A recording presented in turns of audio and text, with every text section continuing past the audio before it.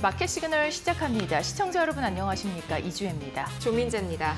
네, 지금 소비자 물가가 간밤에 발표가 됐는데 시장의 예상에 부합했습니다. 이에 따라서 금리 인하에 대한 환호감은 더욱더 커졌고요. 이에 따라 3대 지수 모두 크게 상승하는 모습을 나타냈습니다. 반면 이 밤 사이에 발표된 고용 지표죠. 이 신규 실업수당 청구 건수는 상당히 예상치를 큰 폭으로 상회했습니다. 다시 한번 현재 시점으로서는 물가보다는 고용 잡기가 우선이다라는 결과값이 확인이 됐는데요. 지금 바로 3대 지수 흐름 바로 파악을 해보시죠. 다시 한번 금리 인하 기대감이 큰 폭으로 상승하면서 이 3대 지수가 장중 사상 최고치를 모두 기록했습니다. 다우지수는 결과적으로 1.36% 올라갔고요. 또 나스닥은 0.72%, 이어서 S&P 500은 0.85% 올라섰습니다. 그간 이번 주의 흐름을 보자면 3대 지수가 다 좋은 흐름을 보였지만 그간은 이 기술주들을 중심으로 나스닥이 조금 강한 흐름을 보였는데 밤 사이에는 다우지수가 보다 큰 폭으로 올라섰습니다. 첫 번째로는 그간 급등했었던 오라클과 브로드컴에 대한 차익 실현 매물이 다소 나오면서 나스닥은 상방이 제한됐고요. 무엇보다 경기 둔화에 대한 우려감보다는 금리 인하 기대감이 현재 시장을 더욱더 강하게 사로잡고 있습니다. 이 때문에 중소형주 위주로 강세가 두드러지면서 다우지수가 밤사이엔 큰 폭으로 상승했다는 점 참고해보시면 좋을 것 같고요. 순환매가 여전히 발생하고 있는 뉴욕 증시입니다. 이어서 밤사이 시장을 움직인 마켓무버 이슈 첫 번째는 이 CPI 소비자 물가지수였는데요. 이 9월 FOMC를 향한 마지막 허들이다라고 외신에서는 표현을 하더라고요. 이 허들이 결과적으로는 크게 영향을 미치지 않는 것으로 나타났습니다. 여전히 절대적인 기준에서 봤을 때 끈적하기는 하지만 그게 금리 인하를 방해할 수준은 절대 아니었습니다.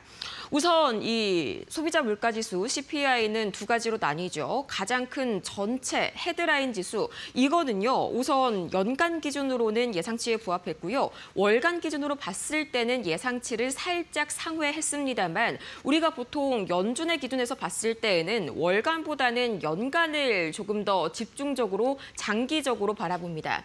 이 때문에 시장은 연간 기준이 예상치에 부합했다라는 점을 더 주목했고요. 근원 CPI, 이 변동성이 큰 에너지와 식료품을 제외한 CPI의 경우에는 연간과 월간 모두 예상치에 부합했습니다.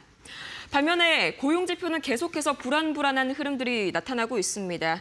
이 신규 실업수당 청구 건수가 4년 내, 그러니까 2021년 10월 이후로 최고치를 기록했는데 26만 3천 건이 나왔고요. 예상치 23만 5천 건에 대비해서도 큰 폭으로 현재 실업자 수가 크게 증가한 것으로 나타났습니다.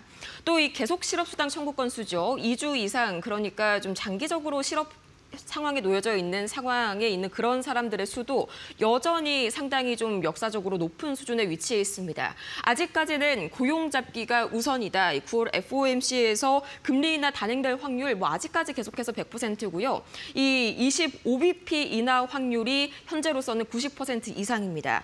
또 3회 인하, 그러니까 연내에 75bp 인하가 단행될 가능성은 지금 이 시각 기준으로 77.3%까지 올라갔습니다.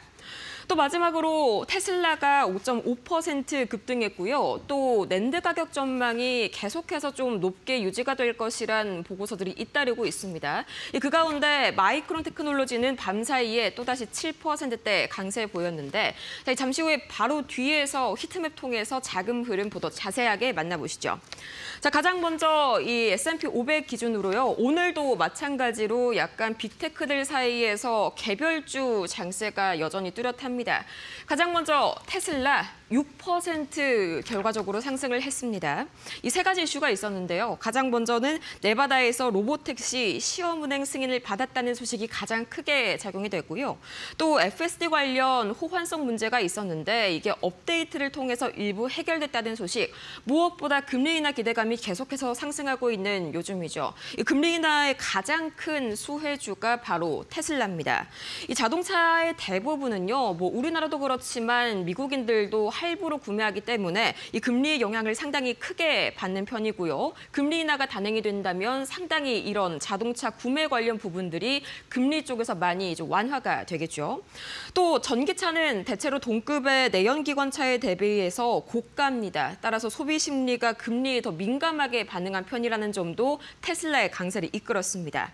자, 그러면 이어서 또 다음으로 바로 만나볼 종목이 바로 현재 이 애플인데요. 1.43% 올랐습니다. 워낙 신제품 발표 이후로 급락이 강하게 나왔다 보니까 현재로서는 약간의 되돌림이 현재 유입이 된 상황이고요.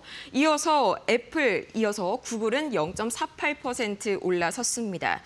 유튜브가 첫 NFL, 이 미식 축구 경기죠. 이걸 중계한다는 소식에 상승 흐름 보였고요. 또 엔비디아는요, 약간의 이 등락권에서 보합권 움직임이 좀 관측이 됐습니다만 결과적으로는 약보합 마감이 됐습니다.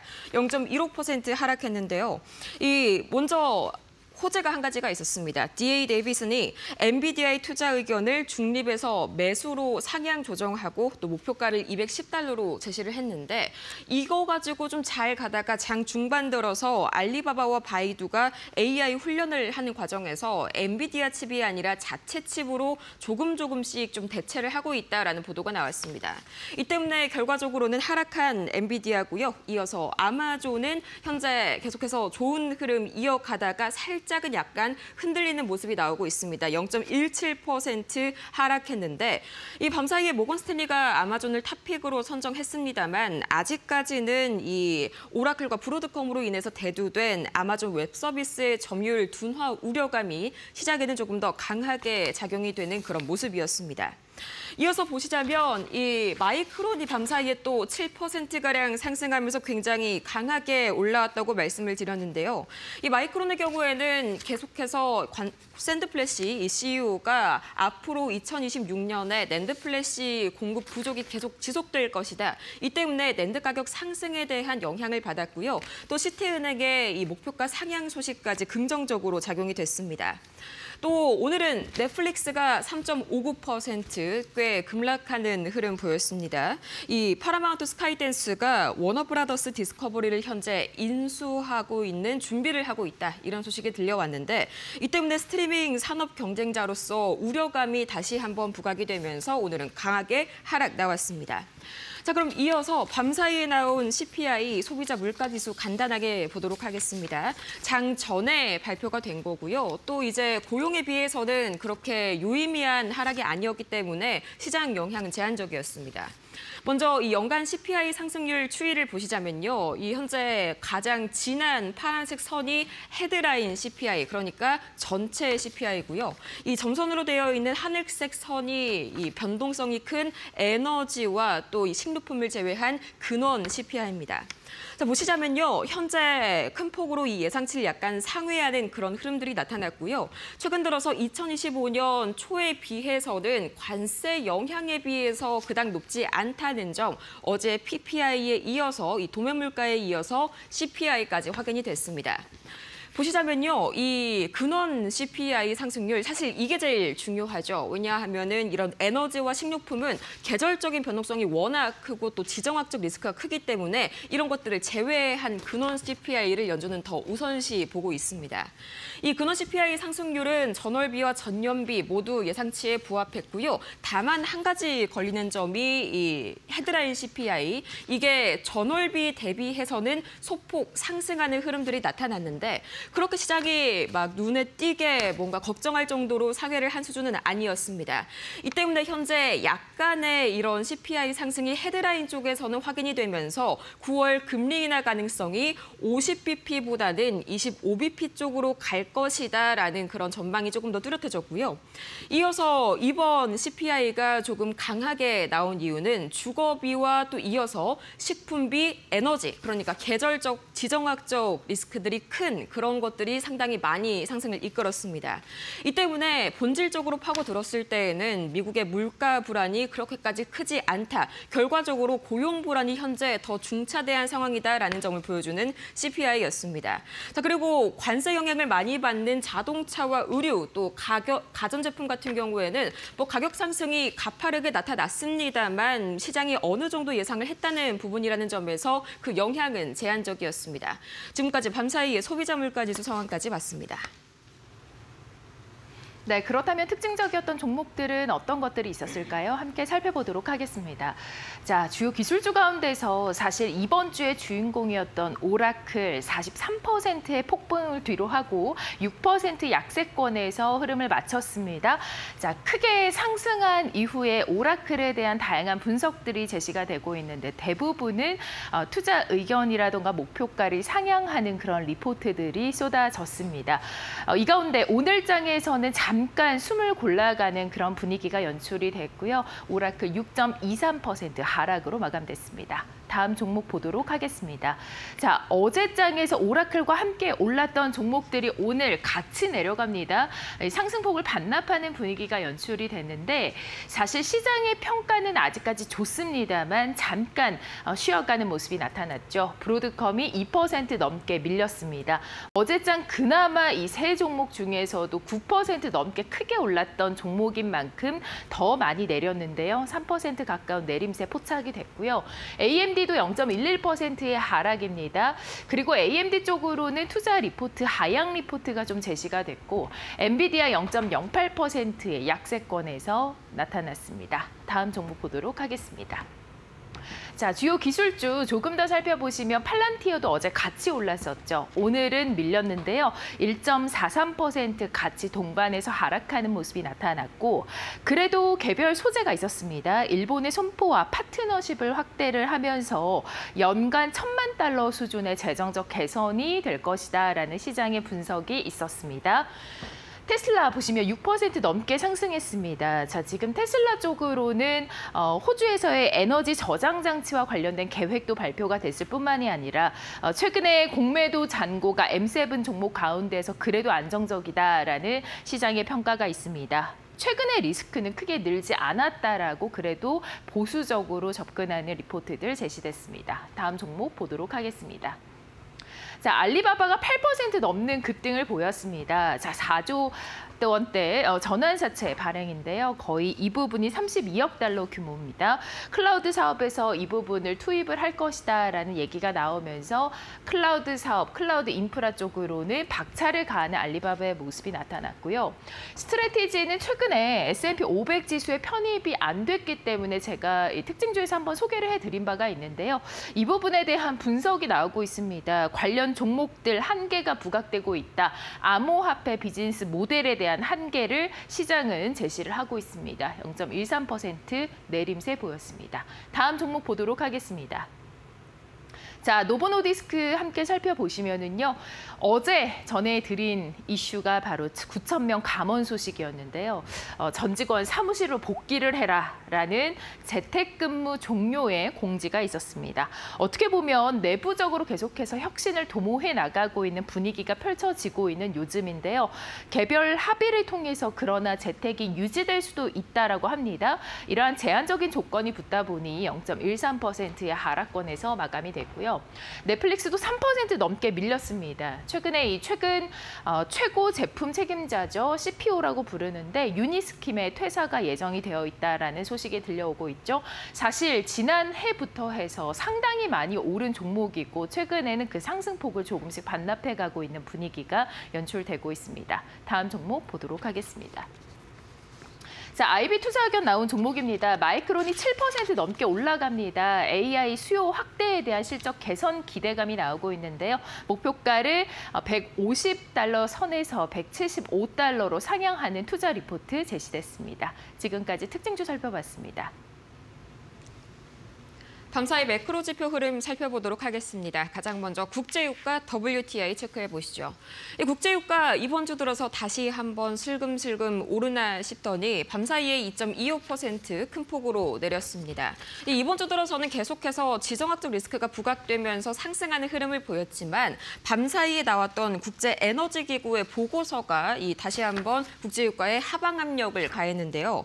이 국제에너지기구에 따르면 내년, 그러니까 2026년에 원유 공급 과잉이 사상 최대 규모가 될 것이다라고 전망하는 그런 내용이 나왔습니다.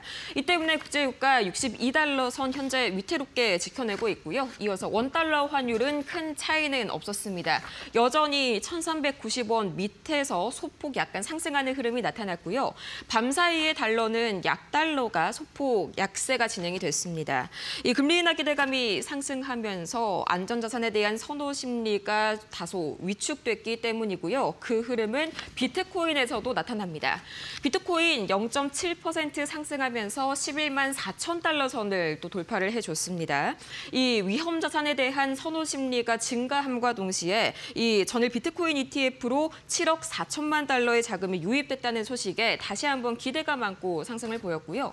이어서 금은 마찬가지로 상당히 역사적 최고가 수준에서 움직이고 있습니다. 이 밤사이에도 사상 최고치를 기록을 했지만 살짝 맨 윗단에 부딪히면서 되돌림이 약간은 나오는 그런 흐름들이 나왔고요. 여전히 3,675달러 선에서 유지가 되고 있습니다.